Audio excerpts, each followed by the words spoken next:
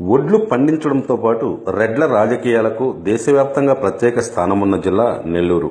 ఆంధ్రప్రదేశ్ తూర్పు తీర ప్రాంతంలో విస్తరించి ఉంది నెల్లూరు జిల్లా. జిల్లా ముఖ్య కేంద్రమైన నెల్లూరు పెన్నా నది ఒడ్డున ఉంది. ప్రపంచంలోని 3 రంగనాథస్వామి ఆలయాల్లో ఒకటైన తల్పగిరి రంగనాథస్వామి ఆలయం నెల్లూరులో ఉంది. సుమారు 5 లక్షల మంది జనాభా కలిగిన నెల్లూరుకి ఆ పేరు రావటం వెనుక చాలా కథలు ప్రచారంలో ఉన్నాయి. నెల్లూరుకు విక్రమసింహపురి అనే పేరు కూడా ఉంది. విక్రమసింహ మహావీర మనుమసిద్ధి రాజులు సింహపురి రాజధానిగా నెల్లూరు ప్రాంతాన్ని పరిపాలించారు. మనుమసిద్ధి కాలంలో నెల్లూరు సస్యశ్యామలమై అత్యధిక వరి దిగుబడితో విలసిల్లేది. అందుకే ఈ ప్రాంతానికి నెల్లి ఊరు అనే పేరు వచ్చింది. తమిళంలో నెల్లి అంటే వరి అని అర్థం. ఒడ్లు బాగా దొరికే ఊరు కావడంతో నెల్లి ఊరు అని పిలిచేవారని, అదే నెల్లూరుగా రూపాంతరం చెందిందని అంటారు. మరో కథనం ప్రకారం నెల్లూరు దండకారణ్యంలో ఉండేది. ఈ అరణ్యంలో ఎక్కువగా సింహాలు సంచరించేవి. నిద్రించే ఏనుగుల కలల్లో సింహాలు కనిపించి అవి నిద్రలోనే మరణించేవి. అందువల్ల ఈ ప్రాంతానికి సింహపురి అనే పేరు వచ్చిందని అంటారు.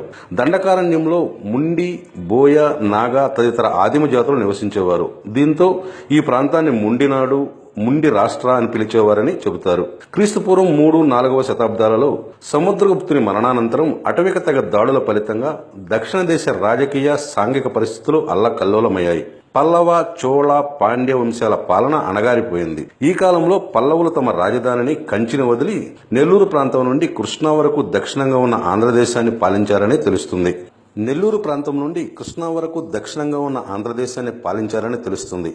ఈ కాలంలోనే పెన్నా నది తీరాన పల్లవులే విక్రమసింహపురిని నిర్మించి ఉంటారనే అభిప్రాయం చరిత్రకారుల్లో ఉంది. 6వ శతాబ్దం ద్వితీయార్ధంలో ఆది పల్లవుల్లో చివరి వాడిన సింహవర్మ, ఇంపీరియల్ పల్లవులో మొదటి వాడిన సింహవిష్ణులు నెల్లూరుని స్థాపించి ఉండవచ్చనే అభిప్రాయం కూడా ఉంది. కవిత్రయంలో ఒకడైన తిక్కన మహాభారతంలోని 15 పర్వాలను నెల్లూరులోనే రచన చేశాడు. కళలకు, కళా పోషకులకు నెల్లూరు పెట్టింది పేరు.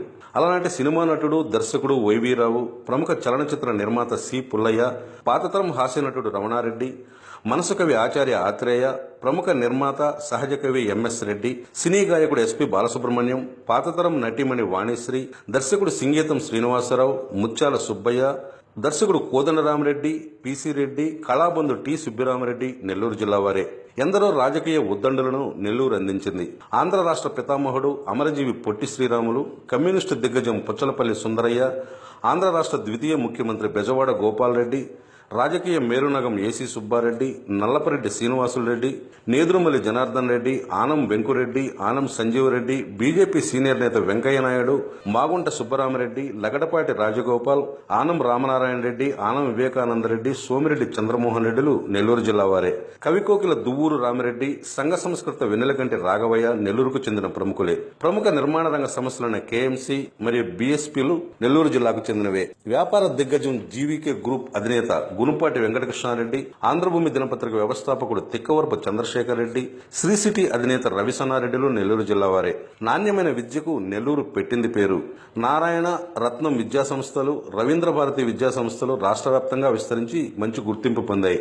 ఆతిథ్యానికి నెల్లూరు జిల్లా పెట్టింది పేరు. నెల్లూరు చేపల పులుసుకు రాష్ట్రంలో ప్రత్యేక గుర్తింపు ఉంది. నెల్లూరులో స్వాతంత్రానికి పూర్వం నుంచి ఆతిథ్యమిస్తున్న శాకాహార భోజనశాల కోమల విలాస్ దేశవ్యాప్తంగా తనదైన ముద్ర వేసింది. నెల్లూరులో తయారయ్యే ప్రత్యేక తీపి పదార్థం మలై కాజా. ఈ వంటకం ఎందరికో నోరూరిస్తుంది. నెల్లూరు జిల్లాలో పండించే మొలగలుకులు అనే వరి ప్రత్యేకమైంది.